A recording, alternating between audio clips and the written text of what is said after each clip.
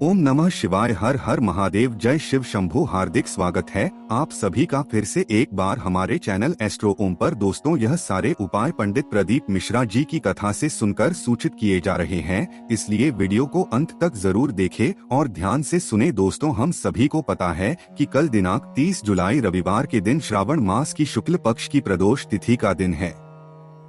देखिए, यह जो प्रदोष की तिथि है इसीलिए विशेष हो जाती है क्योंकि यह सावन और अधिक मास के मिलन की तिथि है और इस दिन आपको मात्र 7 चने की दाल से महादेव के सामने एक ऐसा अचूक उपाय करना है जो आपके जीवन चल रही धन से संबंधित सारी समस्याओं को दूर करेगा।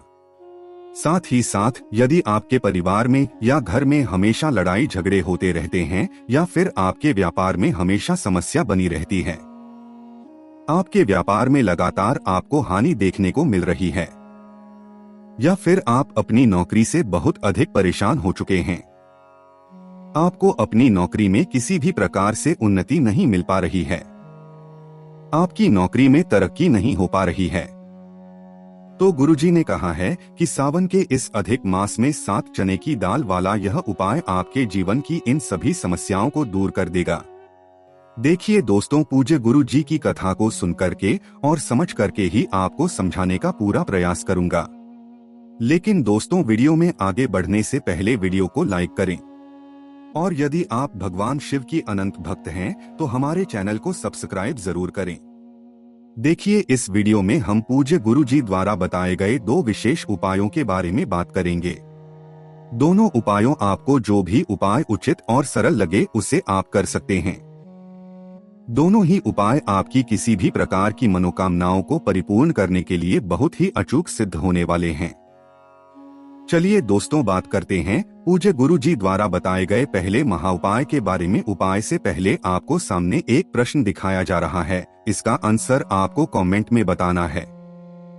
आपको बताना है कि डमरू किन भगवान के सामने बजाया जाता है, पहले महादेव और दूसरे भगवान विष्णु। जो भी उत्तर सही उसका आप कमेंट में जवाब अवश्य दें। देखिए दोस्तों, इस उपाय को करने के लिए सबसे पहले आपको मात्र 7 चने की दाल लेना है। इसी के साथ आपको एक गुड़ का टुकड़ा लेना है और साथ में आपको एक तांबे के पात्र के अंदर अपने घर से शुद्ध जल ले लेना है। देखिए दोस्तों, आप जो चने की दाल लेकर के जाएंगे आपको ध्यान रखना है कि वह कहीं से भी खंडित नहीं होना चाहिए। देखिए दोस्तों, अब इन सभी सामग्रियों को लेकर के पहुंच जाना है आपको भगवान शिव के मंदिर में। दोस्तों, गुरुजी ने कहा है कि यह जो उपाय है आपको विशेषकर प्रदोष काल के समय ही करना है। प्रदोष काल का जो समय है सूर्यास्त से 45 मिनट पहले शुरू होता है और सूर्यास्त के 45 मिनट बाद तक रहता है।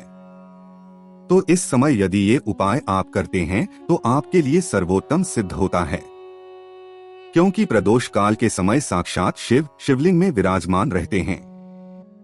देखिए दोस्तों, सबसे पहले जो आपके पास एक गुड़ का टुकड़ा है उसे आपको जल के पात्र के अंदर डाल देना है और उसे आपको अच्छे से मिला लेना है, यानी कि गुड़ से युक्त आपको एक जल तैयार कर लेना है। अब देखिए दोस्तों, आपके पास जो 7 चने की दाल है उन्हें आपको अपने सीधे हाथ में रखना है और उन पर आपको जो गुड़ मिश्रित जल है थोड़ा सा डाल देना है, यानी कि 7 चने की दाल को आपको थोड़ा सा गीला कर लेना है। अब दोस्तों, आपको ये 7 चने की दाल आपके जीवन में जो भी असफलताएं चल रही है उन्हें दूर करने के लिए बहुत अधिक मेहनत करने के बावजूद भी यदि आपकी नौकरी नहीं लग पा रही है या फिर बहुत अधिक मेहनत करने के बावजूद भी आपकी तरक्की नहीं हो पा रही है या फिर कोई भी कार्य जो मेहनत करने के बावजूद भी सफल नहीं हो पा रहा है, तो उस कार्य को सफल बनाने के लिए आपको महादेव से प्रार्थना कर लेनी है और ये 7 चने की दाल आपको भगवान शिव के शिवलिंग पर समर्पित कर देनी है। श्री शिवाय नमस्तुभ्यं या फिर ओम नमः शिवाय इस मंत्र का जाप करते हुए अब दोस्तों, आपके पास जो गुड़ मिश्रित जल है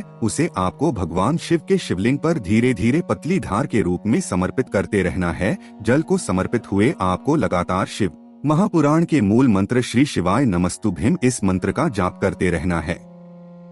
गुरुजी कहते हैं कि जल आपको इतने धीरे समर्पित करना है कि जल समर्पित करते हुए आपको कुल 11 बार श्री शिवाय नमस्तुभ्यं इस मंत्र का जाप कर सकें। देखिए दोस्तों, जैसे ही ये गुण मिश्री जल भगवान शिव के शिवलिंग से होकर के जलाधारी की ओर बहकर के आएगा तो इसे आपको अपने सीधे हाथ में थोड़ा सा ले लेना है और इस जल को आपको अपने मस्तक और कंठ पर थोड़ा सा लगा लेना है। गुरुजी कहते हैं कि रविवार के दिन पड़ने वाली यदि इस प्रदोष की तिथि पर यह उपाय हम कर लेते हैं तो हमें अपने प्रत्येक कार्य में सफलता प्राप्त होना प्रारंभ हो जाती है और हमारे जितने भी कार्य अटक रहे हैं वह सभी भी परिपूर्ण होना प्रारंभ हो जाते हैं। दोस्तों, अब हम बात कर लेते हैं पूज्य गुरुजी द्वारा बताए गए दूसरे विशेष उपाय के बारे में। देखिए, इस उपाय को करने के लिए भी आपको मात्र एक गुण का टुकड़ा लेना है। इसी के साथ आपको एक प्यारी सी बेलपत्र लेना है।